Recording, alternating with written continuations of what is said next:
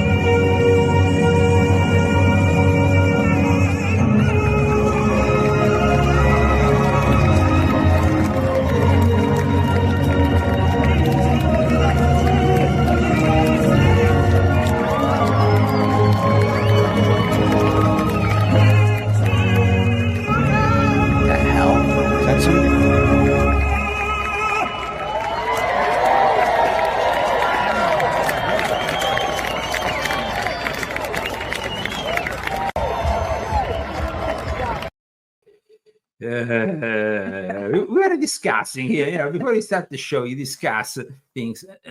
So he was like, he was singing because he said, Oh. I could sing this really good, like opera singer, because Cyber Susie said that she used to sing this, but he sings really good. He has a really great voice. It's very deep and very beautiful. Mine is high and squeaky. I didn't get blessed with a beautiful voice. I was part of the, I was officially part of the Air Force choir in Italy back in the days.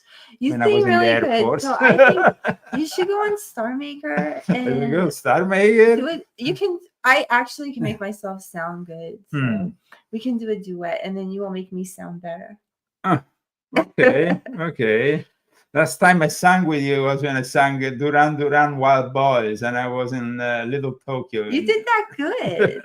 Okay. You were sweaty, but you did it good. I was sweaty. It was 2014. That was 10 years ago. Hello, everybody. This is the Leo Zagami Show. You should sing something. Oh. Not yet. Welcome to the Leo Zagami Show with Leo and Christy. 5 o'clock. Yeah, we started a few minutes earlier, so we could actually start the whole thing right at 5. Please share it. Put like if you want to. We are live from Palm Springs, California. Yes, we are here. There was some kind of tsunami that was recalled, though. We were really hoping on a tsunami that will kind of bring out in the sea there. Nancy Pelosi. But we have friends up there, so in Reading. Yes. So you guys stay safe up there. Stay safe. Stay safe. We have the Christmas tree. The lights, actually, we were kind of like, we fixed the whole light thing since our light disaster on Wednesday. One of them broke and now it's fixed. No, it was fixed, but then it kind of exploded. We had an explosion in the studio. One of the lights literally went, what? And it was like, wow. Yeah, smoking everything. Well, what's happening in the world today? There's a lot of things happening in the world today, but first of all, Christy, of course, wants to thank our glorious sponsors. Christy, who are the sponsors of today?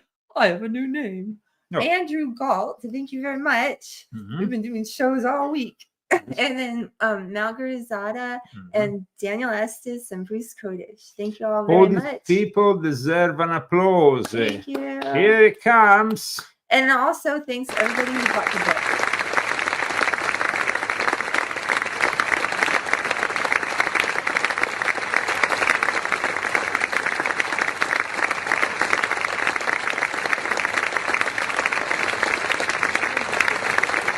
Did you get scared because you saw Joe Biden? Yeah, I did. Okay, you want to thank those people who bought and purchased our book. Everybody, you bought my book, you bought the cookbook, and you bought Leo's book, so thank you. Yeah, I mean, regarding my and then book, he has a new book. No, well, Italian. I mean, it is basically volume 11. We made it in Italian. You see, you have volume. It took me a whole month. I'm a bilingual author. I'm a bilingual author.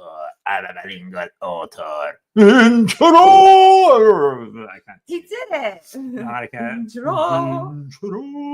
Okay, so what's happening here? We have volume 11, which you know is the past, present, and future of mind control, now also in Italian. So if you have family and friends that live in Italy, maybe they would like a nice Christmas present. Maybe of they Leo need, Zagami's definitely need it, but they need it most of all, especially volume 10 at the moment in the Middle East, because what's happening in the Middle East is the advancement of these mercenaries of the New World Order, and this time, guys, it's like so blatant that Al-Qaeda and ISIS is working for the CIA.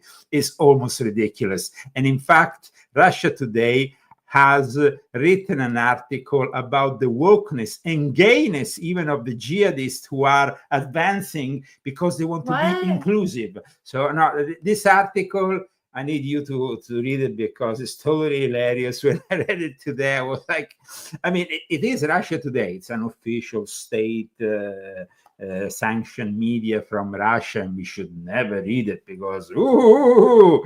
But guys, what is being said, it's totally hilarious. You see, there is this advancing army of thugs. They say they have been trained in Turkey, but in reality, it's all these ISIS and Al-Qaeda people that are coming together. And if I manage to open, yes, I opened it. Now I'm going to show you this article, Christy, and I would like you actually to read it. It might be very, very funny also. Aside from, you know, I mean, if you want to really know what's happening in Syria, you should all read this book, because this book has a whole chapter about the Alawites and how they went from esoteric to political power. And in fact, I'm not joking. Here, there is even a photo of the Assad family. Now they seem to all be in Moscow, most of them. But it's important, I think, to discuss the main subject of today. The Satanic Temple, the organization which I've been exposing in my books for many years, is now the Satanic Temple finally banned from Russia. Finally banned from Russia. Let me put this in case I want to see how my sound. I kind of like, I miss my headphones from my old DJ days. Here we are with my voice. I can be a little bit more intriguing, and I can monitor my voice. Okay. Aside from that, what's happening in the Middle East? For those who don't know, Syria, Joe Biden, before leaving the White House, and of course, Barack Hussein Obama has unleashed his ISIS thugs on Assad, who has been protected, the Assad dynasty, for many decades from Russia and recently also from China, is no longer capable of protecting. And now there is the advancing jihadists. But for the first time, they have been described as not your average jihadist, you know, the ones that used to throw the homosexuals off the roof of buildings and do all these terrible things. Now we have a new kind of jihadist that goes in line with the wokeness of the CIA. And so here we have gay jihadists, Western media's latest scam. terrorists on the offensive in Aleppo seem to be attempting to give themselves a facelift, suddenly embracing diversity. Well, Al-Qaeda is back on the rampage once again in Syria, and sounding like their monkey bar training exercises were replaced with a social justice brainwashing course. Guys, so what have they been up to lately? so they have kind of like the ISIS and Al Qaeda tags have had an upgrade. They have suddenly become woke. So what? And it's, in fact, so what are they? Okay, you want to read it? Read it. I give you the floor, Christy, and you can read it with a sumptuous, nice voice, and you can do it. I'll do my best. You can do your best. Well, you need to put it up. Okay, let me put the headphones. I'm going to be in the headphones. You can go close to the mic so the voice becomes all nice. Go close to the mic. Go close to the mic. Why do I have to do that? Because it's like you have to make... I can't even see it. No, but you have to make love with the mic. Oh, stop it. Mic, can you put it up? If you want, I can give you the headphones so you can hear yourself in the mic. It makes a difference. No, but it makes a difference. I'm not putting that thing in my head. Okay, I'm going to hear you. Okay, go. I'm going to put you the thing. Here you go. Oh. So what have they been up to lately since they dropped off the radar a few years ago? How Syria's diversity-friendly jihadists plan on a building state reads. How, you know what, you messed me up. You put this in my head now, and now I have to sound good. How Syria's diversity-friendly Syria's diversity-friendly jihadists plan on building a state. Reads a headline from Britain's Telegraph. Can you imagine? Britain's Telegraph is not really concerned with the security of Syria, the well-being of its people, but the diversity of the insurrectionists. Aren't these Muslims? Well, but it's Muslims who have been brought up in CIA training camps. Wait. They're the ones that are like always saying bad things against the gays and the women. Well, we have to wear a thing on our head. And we are in a new era. Then all those gays that got their head chopped off. We are in a new era where we have the friendly insurgents of the CIA. So here we go. Let's go back to reading, reading this thing. So let's go back to the Al Qaeda successor group, Ayat Tahrir al-Sham, has control for the past few years, blah, blah, blah. And here, facilitated Al-Qaeda in Syria now sounds like it swallowed an equity and inclusion manual. It says facelifted. Facelifted Al-Qaeda. That's not what you said. I don't know what word you said. What did I say? I don't know, Marie. Okay, facelifted Al-Qaeda in Syria now sounds like it swallowed an equity and inclusion manual written by a nose-ringed, purple-haired, gender-fluid Western activist.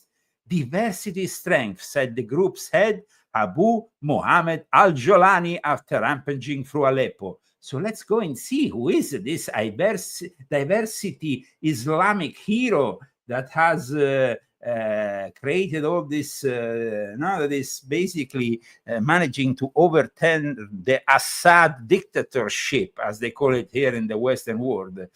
I have a video of him, an interview, which might give us an idea. The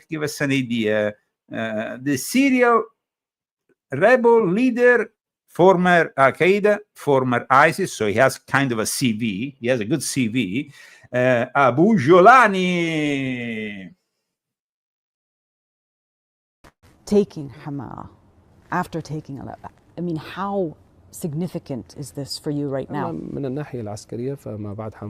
From a military perspective, what comes after Hama will not be the same as what came before. However, I prefer not to be overly optimistic during the battle.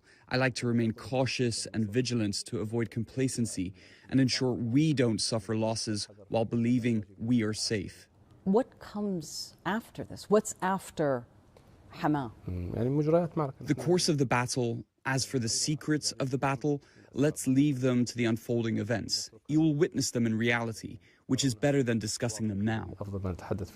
In a matter of days, you have taken major cities. What's changed? How are you able to do this now?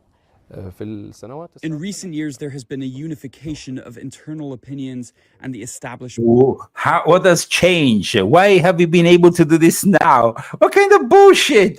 Of course, they have been able to do this now because Joe Biden and the deep state in America, aside from giving long-range missile possibility now to strike into Russia, they are also conducting a proxy war against Russia in Syria. But they needed a diversity hero, a new kind of Islam. Guys, you can't make this shit up. You need to read this book to understand how these thugs, the Salafist, jihadist, Al-Qaeda, ISIS have been always used as mercenaries by the New World Order. No, Christy, you have edited this book, so you know it. But the interesting thing is also to know what's behind the Alawites, because the Alawites also that are in power, they are a Shia, a branch of Shia Islam. They have really deep esoteric understanding, as I explained in this book, which influenced even the Illuminati of Adam Weishaupt. So very interesting. But let's continue to hear this new champion of diversity, equity, and inclusion is going to open probably a gay disco in Aleppo after he conquers it. Structures within the liberated areas of Syria. This institutionalization included the restructuring within military factions. They entered unified training camps and developed a sense of discipline. This discipline allowed them, with God's guidance, to engage in a battle in an organized manner. The progress and execution of plans have been swift, with clear communication and adherence to commands. They stop where they should stop and withdraw where they should withdraw. The revolution has transitioned from chaos and randomness to a state of order, both in civil and institutional matters and in military operations alike. Some believe this is happening because the allies of the Assad regime, the Russians, Hezbollah, Iran, that they're weakened, they're preoccupied with other wars. And this is why we are seeing this happen right now. And the Syrian regime itself weakened. Is this what is happening right now? Is this why you chose to launch this offensive right now? As you know, we are still in the midst of the battle, and discussing such details at this time is not wise. But you faced more of a resistance in Hama than you did in Aleppo. What do you think happened? Why did the regime withdraw like it did? The seeds of the regime's defeat have always been within it. It has been effectively dead since that time. However, the Iranians attempted to revive the regime, buying it time, and later the Russians also tried to prop it up. But the truth remains, this regime is dead. In the last year, it seemed like Bashar al-Assad survived the war. He was welcomed back into the Arab fold and on the world stage. The Arab countries' evaluation of the situation was mistaken. Some Arab countries try to separate the regime from Iran's project. This is impossible. Even if the regime wanted this, it can't implement it. It's a subservient relationship. Iran can disengage from the regime, but the regime can't. Well, you must also have a subservient relationship because RT is describing you like the gay jihadist. And here it says, does the CIA now require proof of quotas and an equity and inclusion policy for proxy groups getting billion-dollar contracts to do its regime change dirty work abroad, like the much-hyped moderate Syrian rebels, many of whom then turn around and defected to Al-Qaeda? What a hassle, then it says here, the article on RT, to have to worry about all that window dressing when you're trying to do terrorism. Not to mention a distraction. I mean, these people are supposed to be evil jihadists. This sounds like something that only the Western national security complex could come up with. I mean, guys, this is the first time we have these very inclusive, moderate rebels. And the Russians describe them as in this way. it's not like those moderate rebels who just happen to have abandoned their US supplied weapons to this group the last time they tried and failed at Syrian regime change in $1 billion CIA operation, where a resounding success when all they really had to focus on was the mission. Now it sounds like they want to make sure to get everyone pronouns straight too. You know, it's important now. They get the pronouns straight, the gender, you know. I thought we were over that. No, but not in the Middle East, they're a bit backwards, so it's a new trend. So also, don't call them terrorists. No, that hurts their feelings. According to a recent piece published in Britain's Telegraph, we're back to the Telegraph, in which the group's leader called the label unfair. No, you can't call terrorists. It's really rude to call them terrorists. And so, guys, please don't call them terrorists. They have worked for ISIS. Before that, they worked for Al-Qaeda. They are the ones who participated to 9/11. They are the ones who did so many lovely terrorist attacks on our country, against our country. So we need to really, this Christmas, enjoy and be with them, because, you know, the ignorant Westerner who has not read this book doesn't understand where it all started. And it all started because back in the days, you had Hafiz al-Assad, who was the father of the current leader, Bashar al-Assad. And Hafiz al-Assad attempted to work peacefully with the MI6 and the CIA and the Muslim Brotherhood. But as tools of the Anglo-American intelligence, and I'm citing my own book here, they opposed any collaboration with the all-American intelligence, with al-Assad, considered too close to the Soviet Union, after he let them open a naval military base in Tartus in 1971. Because, guys, there is a Russian military base in Syria.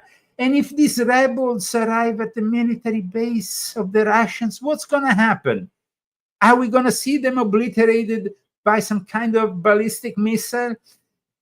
Now, the wife of al-Assad, who is British, is already in Russia. Al-Assad is said to be in Syria, but actually probably is already in Moscow, because he was already in Moscow before. So nobody knows if he ever went back to Syria in the first place. So what's happening here?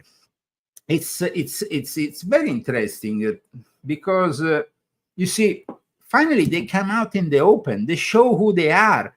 They are just mercenaries.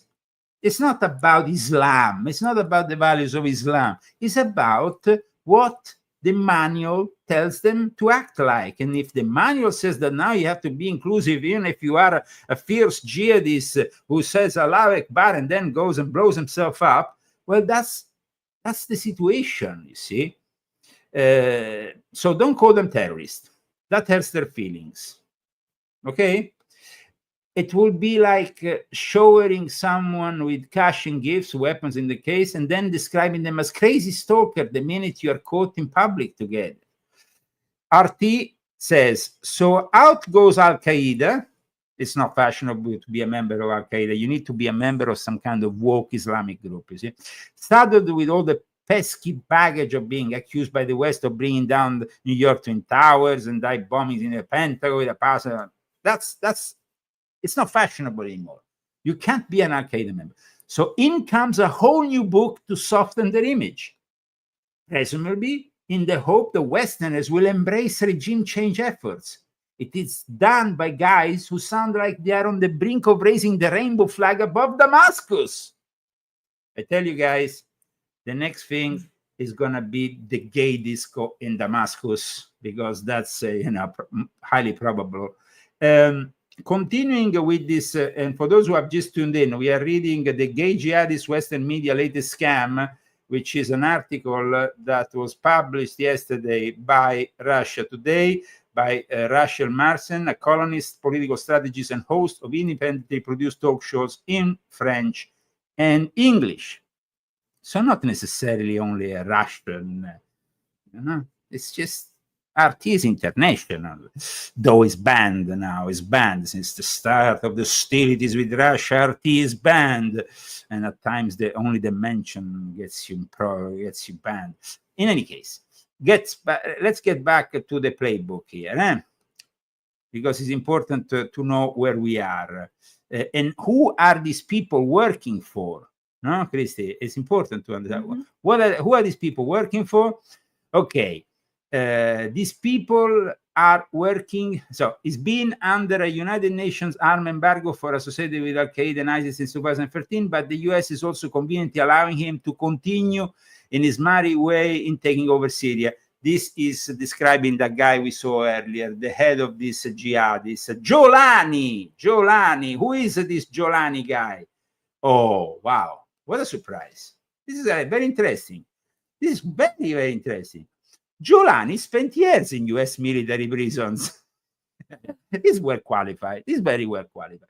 After fighting in Iraq and before ending up in Syria in 2011, where he started his Al Qaeda terrorist, let's say, venture. It's just like, we want to open a McDonald's. It's about franchising, and he wanted to be an Al Qaeda terrorist. So he opened the Al Qaeda franchising. Around the same time that the Western cash started rolling in, and the CIA showed up to work with Turkey in training and staging the Syrian rebels. And now he's organizing a bread delivery of 65,000 loaves to locals in the city he took over.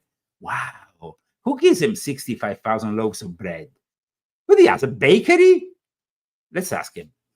To describe the regime as victorious is deeply unjust to the many children, people, women subjected to rape in prisons. Yes, but we would like to know where you got the 65,000 loaves. Did they just appear out of thin air? This guy is the new Jesus Christ. It has the multiplication of the loaves. Displaced individuals scattered across the world, those drowning in the seas and those living in tents on the borders of other countries. What kind of victory are we talking about? In the past, you have talked about strict Islamic rule. Is that still the plan? No. The plan has changed. Christy, the plan has changed. It's important to understand, because the guy is about to say something important. The plan has changed. Okay, so what is the new plan? People who fear Islamic governance either have seen incorrect implementations of it or do not understand it properly. We are talking about something that aligns with the traditions and nature of the region. The most important thing is to build institutions. We are not talking about rule by individuals or personal whims. It's about institutional governance. Syria deserves a governing system that is institutional, not one where a single ruler makes arbitrary decisions.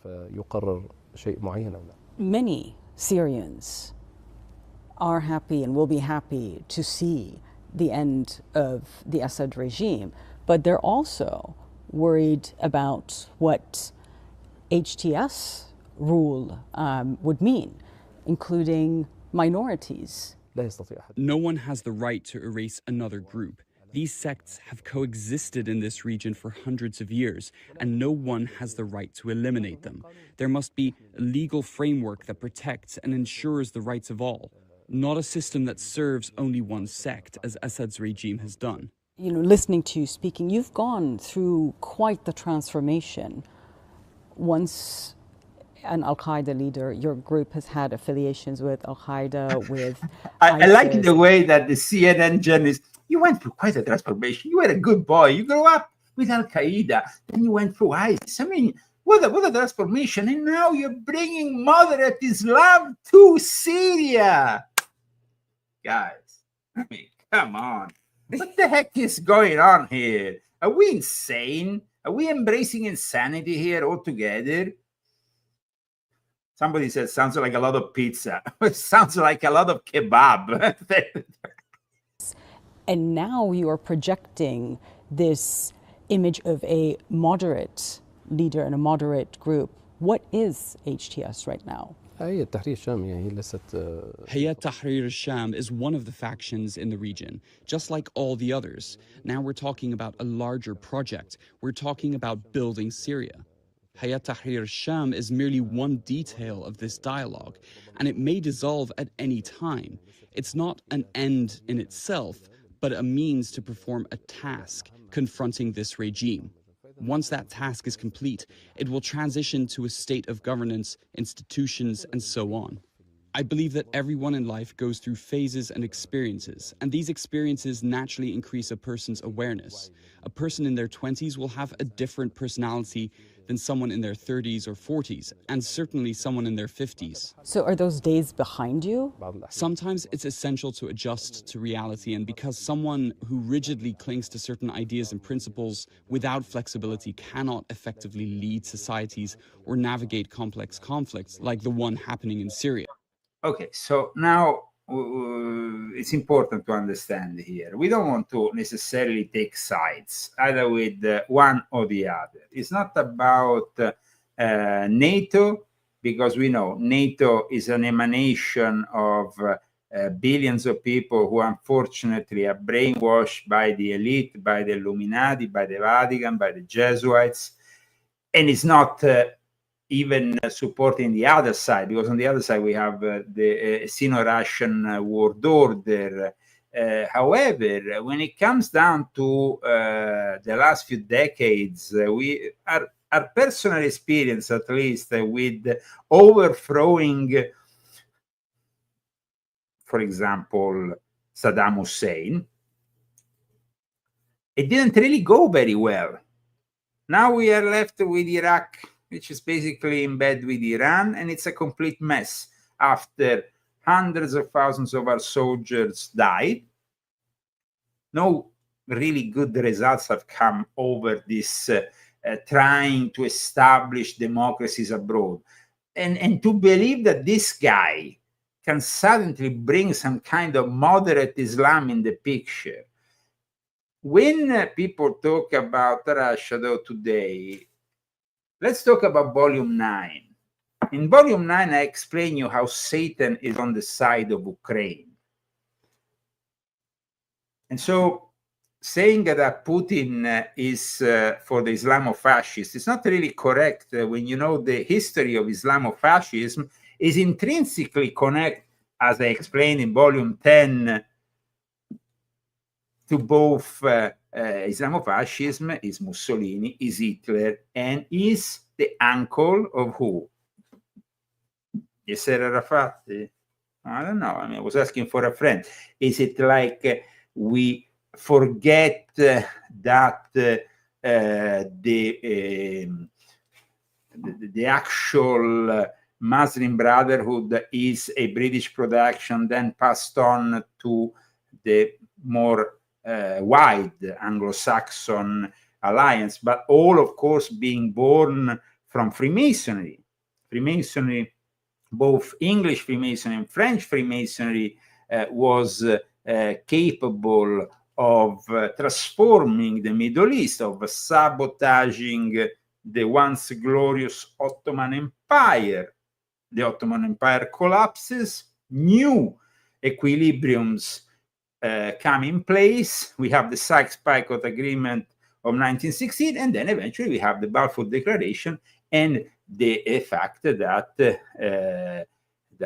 Palestine became at that point the place where they decided to establish the new Israel. The old Israel was there, so let's bring it back. However, to try to find in all this, Christie, somebody who is righteous and 100% ethically and morally the one to follow is impossible, because they all seem to have some failures. Mm-hmm. Everybody seems to have some failures here. Israel has failures today, but yesterday Europe had many failures when they did the pogroms, when they did the Holocaust, when they killed millions of Jews. The uncle of Yasser Arafat, as you can read in this book, inspired the Holocaust.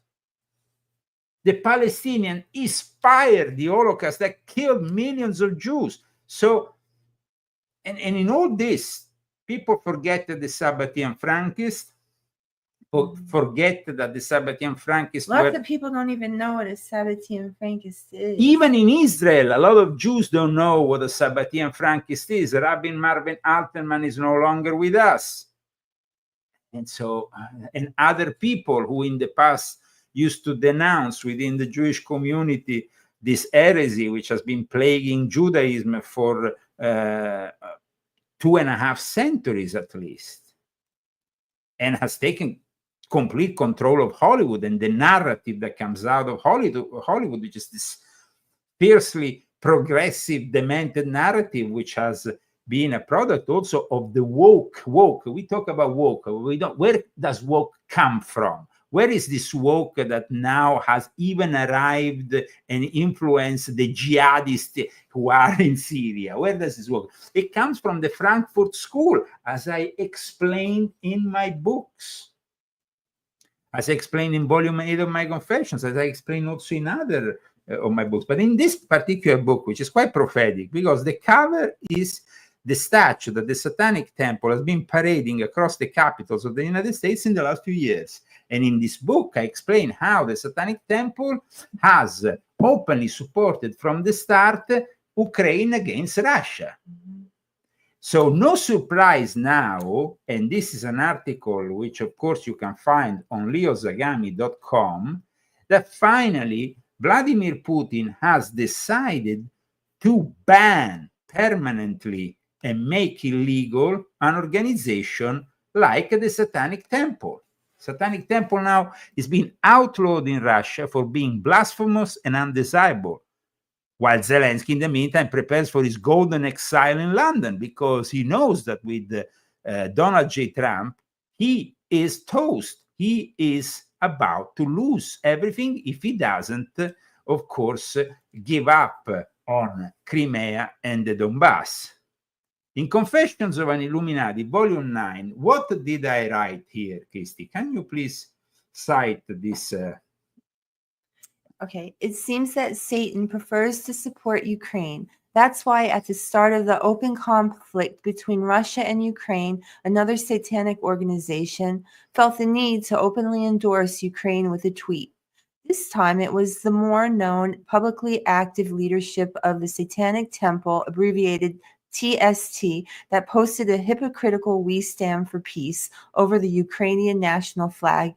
In Volume 9, I also discuss in detail how the Satanic Temple is considered by the leftists to be a voice of reason and humanism in the U.S., and the many other reasons why similar satanic organizations are also on Ukraine's side. So no surprise that now RT is suddenly reporting that the Satanic Temple is outlawed in Russia, that the Russian authorities have designed the US-based Satanic Temple as an undesirable organization, claiming that this quasi-religious group justifies violence and support extremist and terrorist entities. Now, for people who have not been reading my books in the last few years, they might find this quite shocking. But for those who have read Volume 4, for example, it's not a surprise, because Volume 4 told you about the links between Antifa, terrorist organization, the Satanic Temple, and of course, I discuss the Satanic Temple profusely in this book. I explained why they have some kind of relevance in this conflict between Russia and the West, because today the West supports this. And so for those people who are there and go on the chat and tell me Putin is supporting the Islamofascists, Putin is also bad. Putin is bad. Putin at least is banning this disgusting organization. And under Russian law, any foreign international organization which is believed to pose a threat to the country's security and political system can be labeled undesirable. This status essential prohibits such entities from operating in Russia.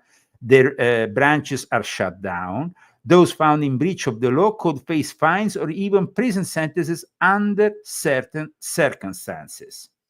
And this, since the legislation came into force in 2015, numerous non-profit organizations have had to close the doors in Russia, including the Church of Scientology and the Jehovah's Witnesses. And also, guys, and this was my personal experience in Russia, I participated myself personally in an investigation in 2003 regarding the Ordo Templi Orientis and their anti-Russian activities. This group was a group that was completely siding with the neocon George W. Bush. And I remember going in the Moscow headquarters, they had the image of George W. Bush. We're talking Moscow headquarters of the Ordo Templi Orientis. So, here, Russia is now finally banning this organization. In a statement on Wednesday, the Prosecutor General Office said that the so-called Satanic Temple was registered in the US in 2012 by several Harvard University graduates. We talked about it in my books over and over again, also in volume 6.66, by the way, which is a book, as you know, dedicated also to the subject of exorcism, which I would like to tackle in a second. According to Russian officials, the group has 23 chapters in the US, Canada, Australia, Germany, and several other nations. Now, in the article that you will find on Zagami.com, I specify why 23 is a number which I discuss in depth also in my latest book, volume 11 of my confession, because number 23 is a number very dear to the Illuminati. Why? Because Aleister Crowley, with the Book of Lies, chapter 23, then 23 became also Robert Anton Wilson in his whole narrative about the Illuminati. It has a specific symbolism almost in you have to read my book. I can't say more. Well, I edited it, but I wanted to. Well, no, people need to read the book. But people need to know. Otherwise, if I tell you, they're going to read the book. Now, for those who have volume 8, I also discuss number 23 in volume 8 because it's also connected to the entertainment world with the people like the late Genesis P. Orridge was fixated with it. And there was various groups that gave their name like to this 23. You know, it became very popular with the music culture. And then Hitler like it? Did something? I just think Hitler did something on the 23rd too. I'm sure he did. The enigma of the number 23 is in Discordian is because of Robert Anton Wilson and Robert Shear's Illuminatus. So that is a trilogy which I have also in the other room. It's a very important book. But the number 23 has much of a significance. And in fact, there's a whole enigma, a whole concept going around the number 23. And William Burroughs was one of the people who discussed number 23. He's the author, of course, as you all know, of The Naked Lunch, Nova Express. He was a friend of my grandmother, who was the PR for William Burroughs. So the number 23, according to Burroughs, there was this captain, this guy, who around 1960 in Tangier once bragged that he had been sailing 23 years without an accident. That very day, the ship of this guy had an accident that killed him. And so that was also a very weird coincidence. And then there was also this US pilot, another Captain Clark, and the flight was flight 23, and he was involved also in somehow in a crash. But the 23, aside from the modern mythos, is said to be also connected to Aleister Crowley and the Book of Lies and the meaning of the Book of Lies of chapter 23. But then you have the number 23 starring Jim Carrey, which is this movie in which the reoccurring 23 appears. And then you have various groups, like I said, that give the number 23 a particular significance. So, guys, when it comes instead to this decision made by the Russians, I find it very interesting because I was like, I mean, probably the only author in the world who discussed the Satanic Temple in regards to the war in Ukraine, and the fact that now Russia has acknowledged the danger of the Satanic Temple. And in this article on RT, they say that there is a terrorist links here, but not only terrorist links. Let's go and see. The Russian authorities claim that the organization promotes occult ideology, uses satanic imagery to discredit traditional spiritual ethnical values. The Satanic Temple, which allegedly enjoys U.S. government support. What is that?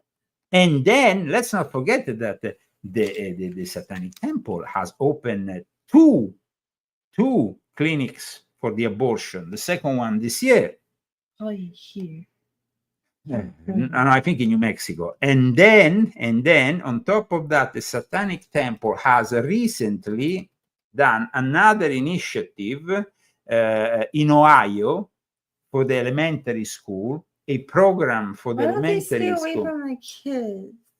Why do they have to go near the children? I know, it's insane, but this is how it is. So I mean, I think that it's quite incredible that nobody in the West realizes that these people, the Satanic Temple, that have been, by the way, presented with a movie, Hail Satan, in 2019 at the leftist Sundance Festival, because they have a movie out, Hail Satan, that presents them, Yeah.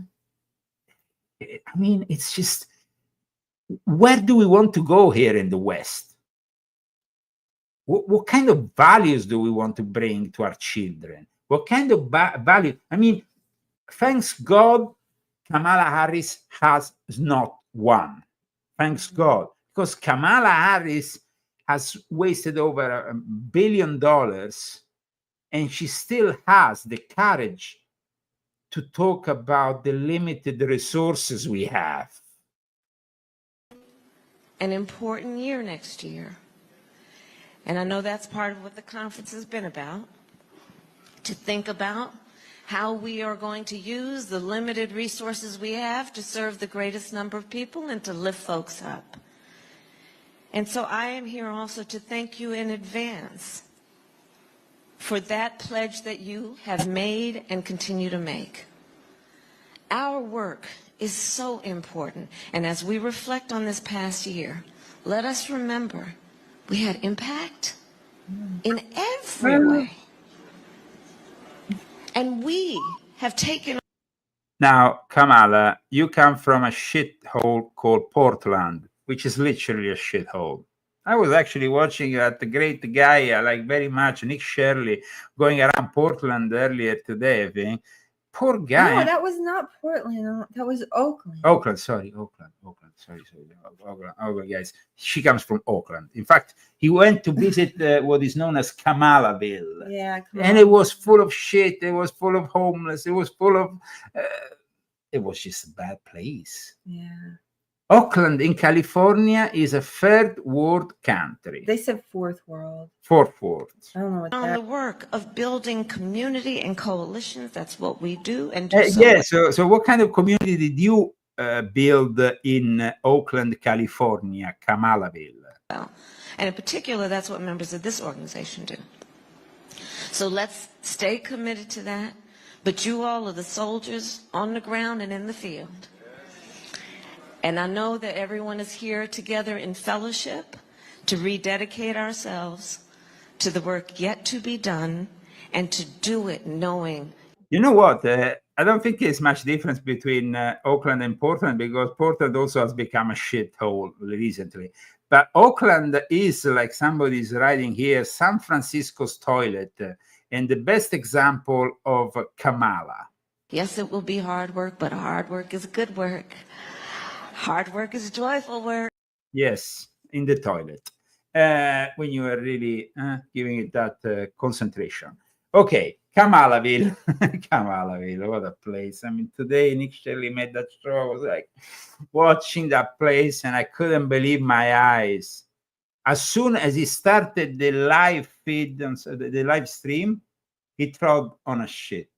Oh, he did? Yeah, as soon as he He literally... needs to buy new tennis shoes. He did that yesterday in San Francisco. I mean, it's, yeah, well, if you go to San He Francisco... should come here next. But we're pretty clean. It's a nice city. He's not going to find that. Well, I mean, I think they try to keep Palm Springs at least a little bit normal, because I mean, here people But come. there's a high crime here, really. There is still also, of course, the problem with gotten the high worse. crime.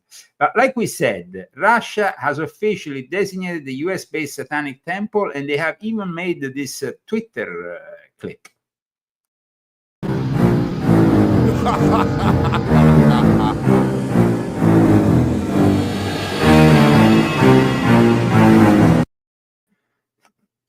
What's up, guys?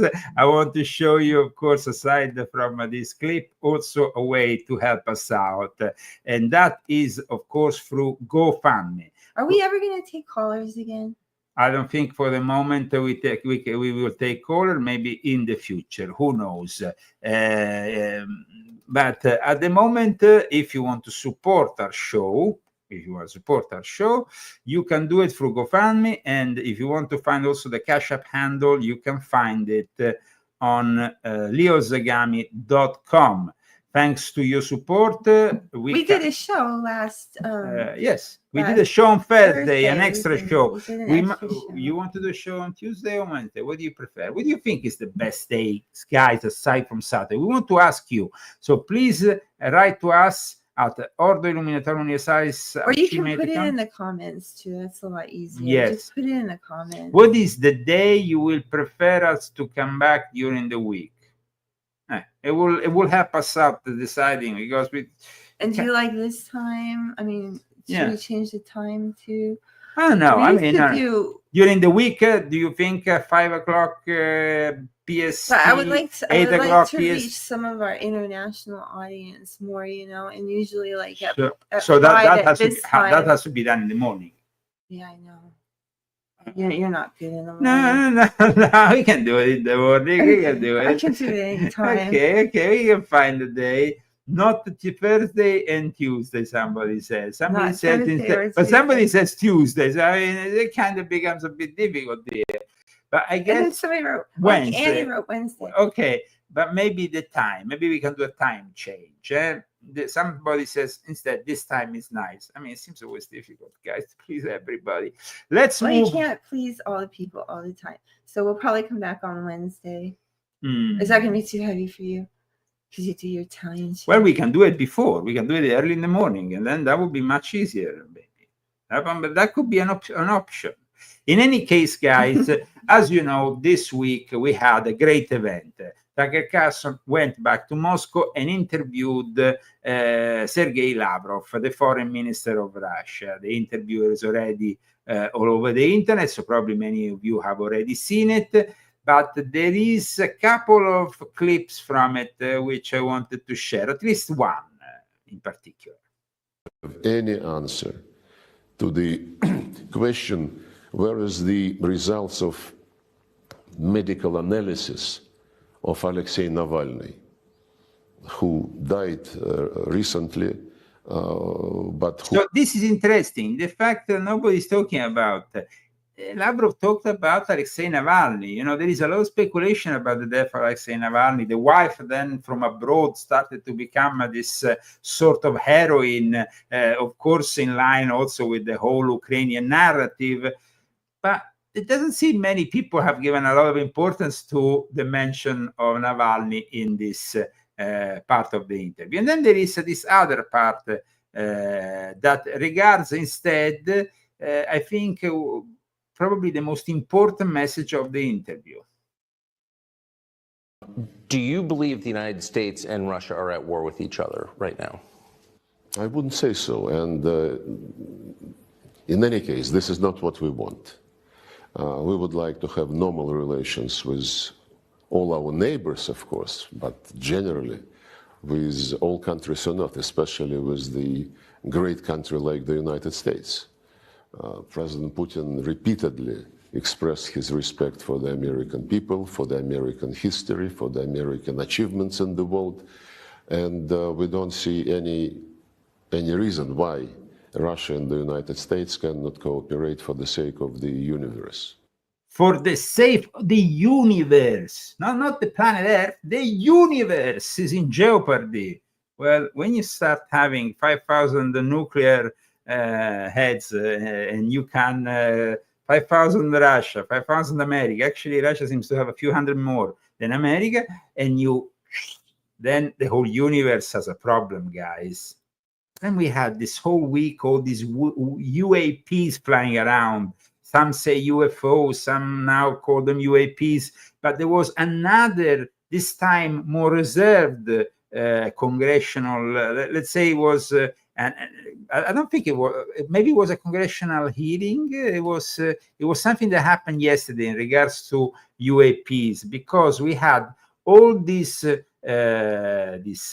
problems in these unidentified anomalous phenomena, which are appearing even in Mar-a-Lago, even on top of Trump's, and they don't know if this is something that is worrying Congress. I mean, this whole thing is not a joke anymore. Maybe they're Chinese.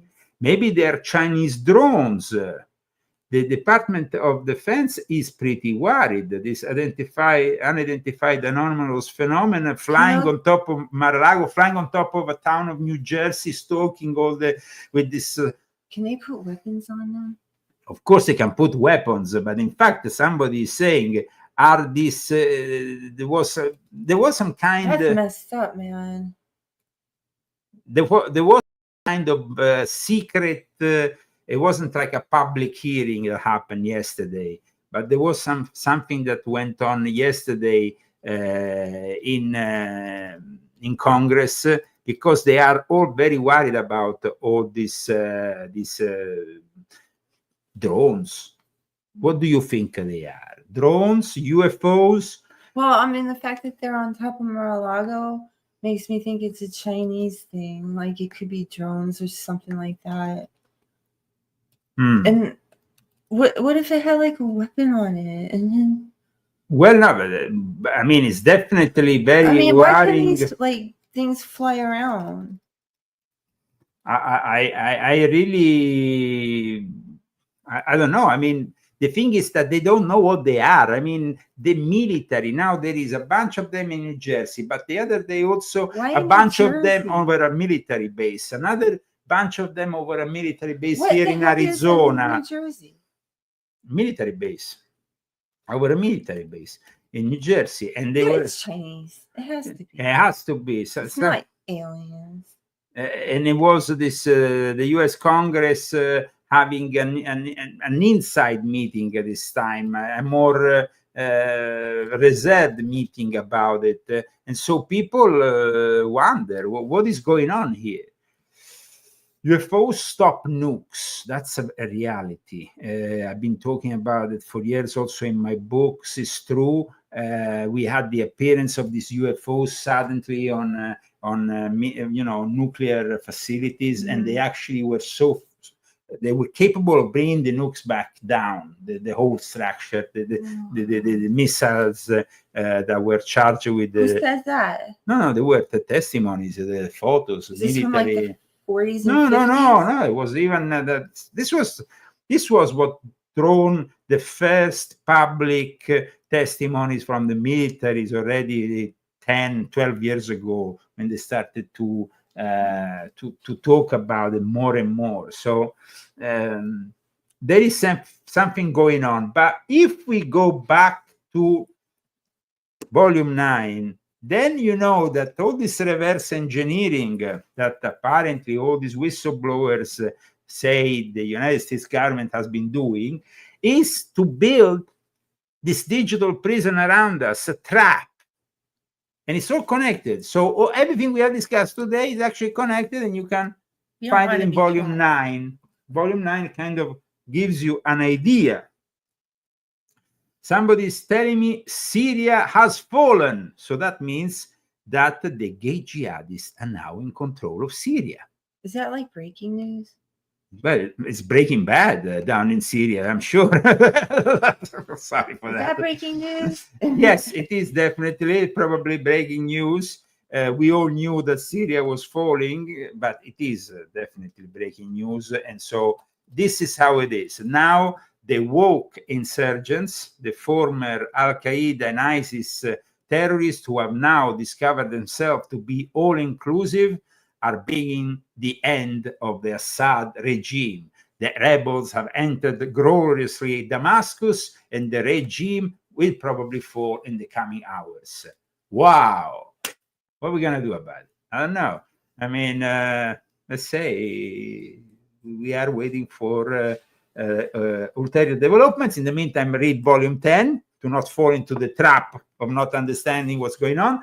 Islamic Freemasonry and the secret society behind the eternal conflict in the Middle East. There is a whole chapter also about all the esoteric, very strong esoteric tradition that the Alevites of Assad have. So what's going to happen next? Let's see, because I'm sure that at the end of the day, Trump has already said this is not a conflict in Syria. We should not be interested in having anything to do with it. But the problem is that Joe Biden is all in it with his mercenaries, because let's not forget what Donald J. Trump said. Barack Hussein Obama is the founder of ISIS. And so that's how it is. Huh? Yeah. Okay, guys, I hope you enjoyed today's show. Please support us. Let us know which day you would like us to appear during the week. You can buy all my books on Amazon. You can also find them linked at leozagami.com. Leo and Christy, and of course, when it comes to Christy, guys, I cannot end this transmission without the Zagami family I just cookbook. don't even say anything. You just do this like self thing. Guys, it makes, I mean, really, you know, when I see these dishes, actually, I tasted every single one of them. I was the guinea pig for each one of these incredible dishes. And of course, Christy was with me in Italy for 10 years, learning the true secrets of the Italian cuisine. And now she's here in Palm Springs, and she makes, and she gives you a tutorial on how to make fresh pasta, on how to make pizza. Today we had the most incredible pizza. Christy, what you I describe? sent them to you. I didn't. Oh no, I didn't send them to you. No, I just made a margarita. One and but the other pizza. What was the other pizza? It was artichoke, red onion, and it was a white pizza. It was good. It was good. It was different. It had a lot of pepper on it too. It was really good. It was artichoke and red onion. Red onion. Fantastic, guys. Fantastic. Yeah, it sounds weird, but it was really no, good. it was very good, guy. I tell you, I want it next week again. So I mean, it was a success. Yeah, absolutely. Okay. But margarita is my favorite, but maybe next week at 4 Cheeses. I want to say that I use this new flour. It's called Anna's Napolitan flour. It's 00 flour. And I really liked it. My pizza came out really good with that flour. It came out like really nice. So. This is how she makes fresh pasta. But then you have the fresh pizza section. And of course, the new books also contain a very detailed index, so you can go through the book even more easily. I promised you a long time ago I will put the index on leozagami.com for those who don't have it. I never did it, so I have to absolutely do it, maybe tomorrow on Sunday. Okay, guys, thank you so much. Thank you so much for being with us today, for supporting this show.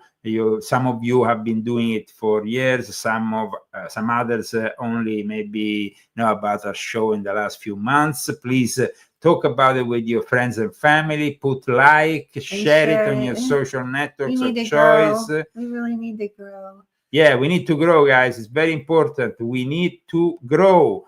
The Zagamis need to grow. Yes. Bye. Bye.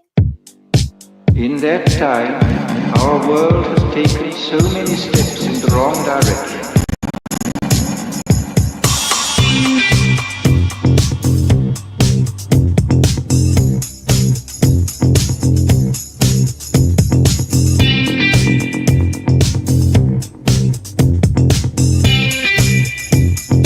In the negative utopia, science, technology,